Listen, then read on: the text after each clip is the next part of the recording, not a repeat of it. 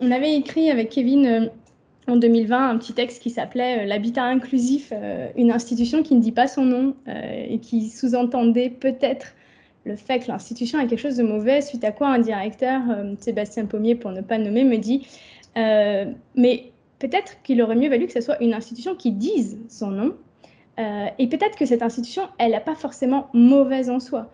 Et peut-être qu'il y a des tas d'institutions qui existent, comme la famille, comme le couple, comme peut-être même la maison aussi. Et la question, c'est de voir à quel moment cette institution, qui est un cadre, elle va finalement soit enfermer la personne, soit au contraire la soutenir et la libérer.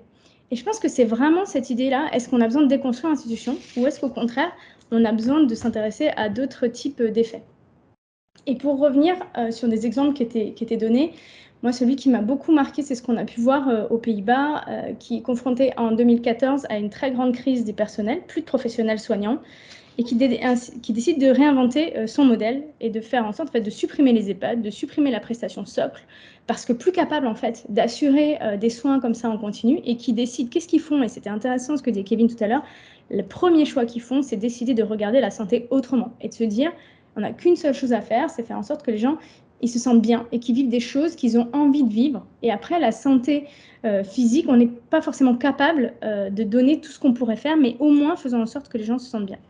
Donc, ils ont transformé leur structure pour créer des logements. Et ce qui est assez intéressant, c'est qu'en moyenne, les structures font 170 places. Donc, on pourrait dire, oh mon Dieu, c'est tellement grand, c'est pas du tout à l'échelle du corps. Mais ils ont été capables de faire des structures qui, finalement, ont été redécoupées, mais vraiment redécoupées, c'est-à-dire ces 170 appartements, en fait, c'est 25 cages d'escalier qui elles-mêmes ont leur propre interphone qui sonne chez la même. En fait, du logement auquel on a une offre de soins et de services intégrés. Des choses que nous, en fait, en France, on appellerait résidence-service ou résidence-autonomie et qu'on réserverait à des personnes qui sont encore autonomes, mais que eux considèrent être ce qui est nécessaire pour l'EHPAD. Et donc des bâtiments où finalement on est obligé de passer par dehors pour se rendre au restaurant par exemple. Et il dit, ben, évidemment, l'essentiel c'est d'avoir un cadre de vie qui est suffisamment petit, 4-5 appartements par palier. Et puis après, une fois que tout ça est tellement grand, on a peut-être intérêt à motoriser les déplacements des personnes plutôt que de faire des couloirs à n'en plus finir. Et ça demande, ben, vous voyez, ce petit garage-là qui est d'aide technique.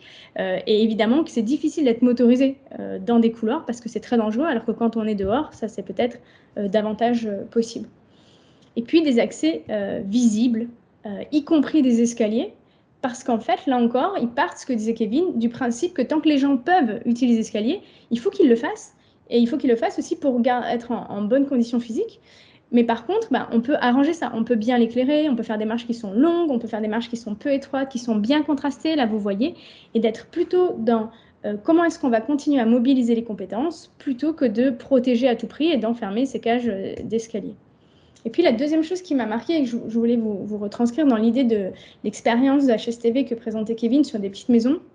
Vous avez peut-être entendu parler de ce village dit Alzheimer, qui ne s'appelle pas comme ça d'ailleurs, mais le village des Hogewick, qui accompagne aujourd'hui, pareil, 170 personnes atteintes de troubles cognitifs, qui en France seraient en unité protégée ou en UHR, et qui s'organise sous forme de village, 29 maisons de 6 à 7 habitants, des colocations, dans lequel se préparent chaque jour 29 repas différents en fait, en fonction de ce que les gens ont envie de manger.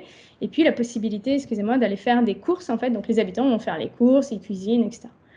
Et ce qui est assez intéressant là encore, c'est qu'on n'a aucune fonction centrale dans cet établissement, pas de cuisine centrale, pas de lingerie centrale, mais vraiment des maisons et des services qui sont partagés, qui ressemblent, comme vous voyez là, à des services qui sont tout à fait ce qu'on pourrait trouver à l'extérieur, avec un traitement des espaces urbains qui lui aussi a été vraiment fait pour favoriser le repérage.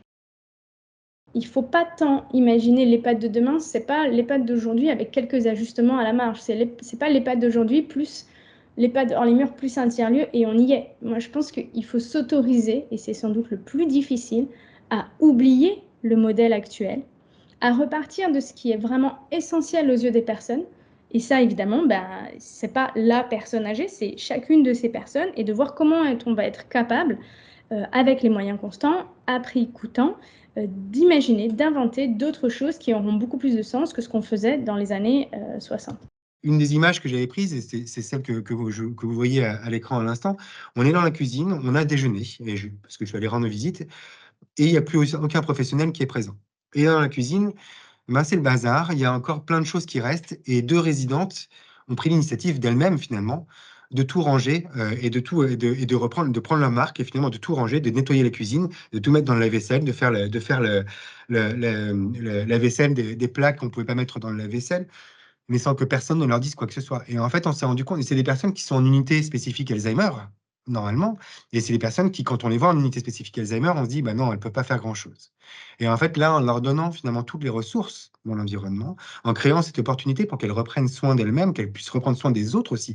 Et c'est là où c'est intéressant, c'est là où c'est important, c'est parce que elles ne prenaient pas que soin d'elles-mêmes, elles prenaient part à la communauté et elles prenaient part surtout à comment est-ce que je peux, moi, avoir ma contribution aussi dans cette communauté. Et en fait, bah, ces personnes-là, elles ont tout simplement pris le dessus. Spontanément, elles ont tout rangé, elles ont repris leur marque. Et bon, bah, effectivement, il y a un homme qui, lui, a plutôt regardé, hein, mais qui était très, très souriant et qui s'est posé avec son journal. Voilà, c'est une génération aussi, on ne peut pas non plus le négliger. Je pense qu'aujourd'hui, peut-être que dans 40 ans, nous-mêmes, nous aurons des troubles cognitifs liés au vieillissement. On ne sera pas tout à fait dans le même schéma. Mais peu importe, en fait, ce dont on se rend compte, c'est qu'on reprend des conditions de vie qui sont relativement normales. Du coup, ça pose quand même un certain nombre de questions. Un certain nombre de questions sur la globalité, finalement, de ce type de prise en charge, tant en termes de management, et peut-être qu'on y reviendra tout à l'heure, peut-être qu'on aura des questions aussi par rapport à ça, ça pose d'autres questions et qui sont celles finalement et qui sont assez intéressantes, celles de la sécurité aussi, dans ces lieux-là, où les professionnels me disaient: «Bah, finalement, oui, mais alors il y a quand même un problème de sécurité si quand il y a un résident qui sort, parce qu'on a un petit jardinet effectivement là, mais on n'a pas de grande barrière, rien n'est fermé à clé». Donc effectivement, il fallait quand même tenir un peu une attention, envers ces résidents qui pouvaient éventuellement sortir. Sur les 5 jours, il y a un résident qui est sorti, donc ça va, c'est pas trop grave et encore, il y avait un professionnel qui a pu l'accompagner, en tout cas qui a pu le suivre et finalement ce résident est revenu. Mais effectivement, il y a ces questions de sécurité, de se dire: «Bah, si je suis professionnel, j'ai la responsabilité d'un résident, qui éventuellement, pourrait avoir un accident ou quoi que ce soit». Donc il y a quand même ça à réfléchir. Il y a la limite de la fin de vie, de la grammatisation de la personne, c'est qu'est-ce qu'on fait quand la personne arrive en fin de vie? Et ça, c'est une vraie question aussi qui s'est posée, lors du séjour et qui s'est posée après le séjour. La fin de vie, c'est pas n'importe quoi, ça nécessite quand même qu'on puisse accompagner la personne. Parfois, il faut un accompagnement médical avec aussi. Donc là encore, bah, je pense qu'il y a de réels progrès à faire à ce niveau-là et peut-être de la formation. Pourquoi est-ce qu'on pourrait pas accompagner la fin de vie dans ces lieux-là? Peut-être qu'on peut, mais en tout cas, ça nécessite quand même encore une réflexion, à avoir dans tout ça. Et puis, d'une manière générale, je pense que ça aussi, il faut bien le prendre en compte, c'est de bien comprendre l'efficience de ces lieux-là. Et aujourd'hui, l'efficience, bah, elle n'est pas encore tout à fait prouvée. C'est vrai que quand on va voir les habitats collectifs, on est encore sur des restes à charge qui sont relativement importants, mais qui donnent du coup à réfléchir, mais à savoir un peu comment est-ce qu'on peut finalement relativiser tout ça. Et je sais qu'avec l'hospitalité Saint-Omer-de-Villeneuve, on est en train de réfléchir justement à ça, de savoir, bah, finalement, quand on a ce type de lieu-là, bah, qu'est-ce que ce sur quoi on économise? C'est-à-dire qu'il ne faudra plus faire appel à des cuisines centrales, mais on va faire la cuisine dans chaque unité de vie, de façon complètement autonome. C'est-à-dire que c'est eux qui vont faire la cuisine. Bref, ça va économiser des coûts, donc il y aura des coûts qui seront économisés, d'autres qui, au contraire, vont être augmentés. Donc il y a probablement un équilibre financier, en fait, qu'on peut trouver par rapport à tout ça. Donc vraiment, c'est dans cet esprit-là, où, bah, je me dis qu'on peut peut-être commencer aussi à réfléchir par rapport à ce que ça va être l'EHPAD de demain.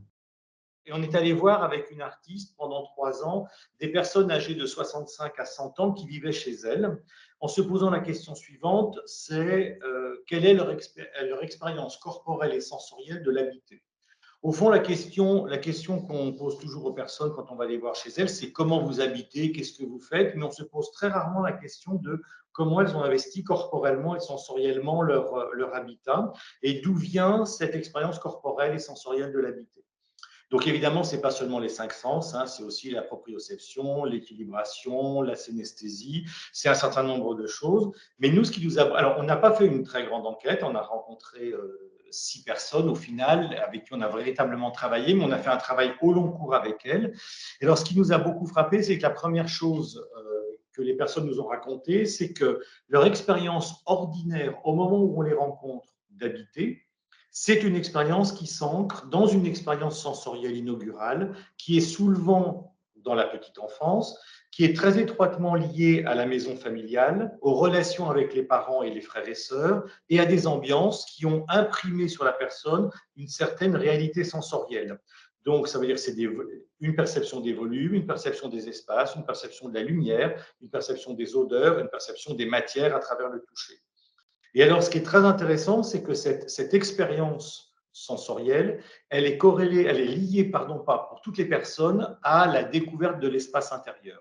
C'est-à-dire que c'est un moment où elles ont découvert que non seulement l'espace autour d'elles existait, mais qu'en plus de ça, elles avaient un espace en elles. Et elles ont fait un lien entre les deux.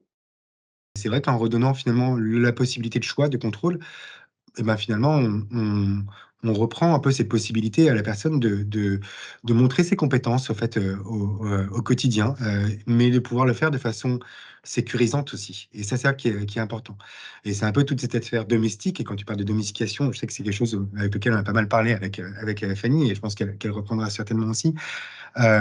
C'est un peu ce côté de se dire, bah, oui, il y a un aspect domestique, mais il y a aussi ce côté de comment est-ce que moi, je vais pouvoir domestiquer l'espace dans lequel je me trouve et donc c'est une notion que moi, je peux agir sur cet espace-là aussi et quel que soit son âge, quelle que soit finalement la condition dans laquelle on est et ces troubles cognitifs, ce dont on se rend compte et moi, je l'observe quand même quasi quotidiennement avec les personnes qui sont atteintes de la maladie d'Alzheimer, dès lors qu'on n'a pas toutes ces paramètres-là, ben, en fait, on a plutôt tendance à empirer les choses qu'à les améliorer.